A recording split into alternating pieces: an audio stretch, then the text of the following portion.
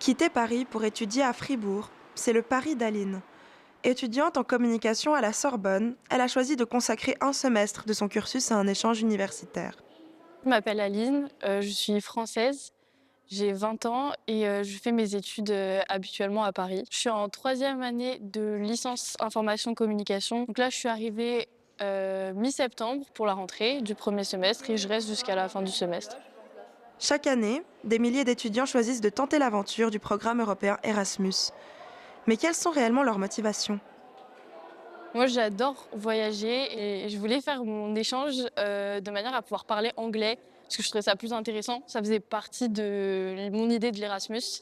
Et donc, j'avais choisi d'aller en Macédoine du Nord. Et mon échange a été annulé. Et en fait, à partir de là, toutes les destinations qui restaient, il y avait la Pologne, mais je parle pas polonais, le Japon, je parle pas japonais, etc. Et il y avait plus que la Suisse. Donc, c'est vrai que pour le coup, je regrette absolument pas. C'est vraiment un super beau pays et j'aime beaucoup l'université. Le seul regret, c'est que je parle français tout le temps, quoi. Évidemment axé sur les études, le programme Erasmus est aussi réputé et apprécié pour ses opportunités de rencontres. À peine arrivée à Fribourg, Aline a pu en faire l'expérience. Au niveau de rencontrer des gens qui sont en Erasmus, c'est vraiment simple parce que du coup, il y a plein d'événements. On a un groupe avec tous les Erasmus et du coup, il y a régulièrement des événements qui sont proposés. Le week-end, on essaie d'aller faire des randonnées, enfin visiter le pays avec les autres personnes que je vois. Un programme d'échange rassembleur, même si pour Aline, tout n'est pas si facile.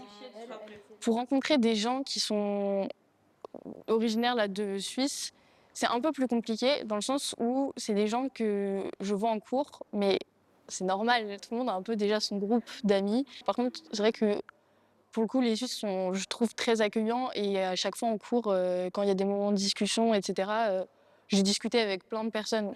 À Paris comme à Fribourg, vivre seule, c'est son choix. Aline est fan de son nouvel appartement. Moi, je vis seule. Mon appartement, il est hyper cool. Franchement, incroyable ici. Les appartements, ils sont super bien aménagés, ils sont modernes. Parce qu'à Paris, tu peux avoir un 20 mètres carrés, mais avec un couloir en plein milieu qui te fait perdre 3 mètres carrés, tu sais pas pourquoi. Fribourg, Paris, des modes de vie bien différents. Loin de sa famille, Aline commence tout juste à trouver son équilibre. Je pense que la principale différence entre ma vie sociale ici et à Paris, c'est, bon, déjà, Paris, c'est plus grand, plus dynamique, enfin, voilà. Mais c'est très reposant aussi d'être ici. Ma vie est hyper différente parce que je rentre pas le week-end voir ma famille, parce que je vois pas autant mes amis.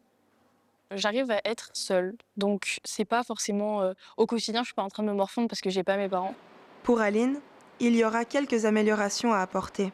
Ce que je trouve vraiment dommage, c'est qu'on présente toujours l'Erasmus de la même manière. Enfin, même là, je sais chez vous comment c'est présenté parce que j'ai assisté à une présentation. C'est faux. En fait, enfin, c'est pas que c'est faux, mais c'est juste le positif. Et je comprends, il faut motiver les gens à partir. Et tu pars avec une image de ce qu'on voit sur les réseaux sociaux, de on va avoir des nouveaux amis, ça va être une nouvelle famille, tu vas jamais vouloir rentrer chez toi, ça va être fou, etc. Au fil des mois, Aline a appris à s'adapter et à grandir, tirant des leçons importantes de cette expérience. Ce que ça m'a appris, c'est que moi, je veux vraiment continuer à voyager.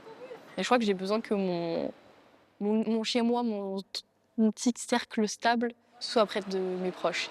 À Fribourg, Aline a appris autant sur la vie que sur elle-même. Dans quelques semaines, elle rentrera à Paris, plus sûre d'elle et grandie par cette aventure.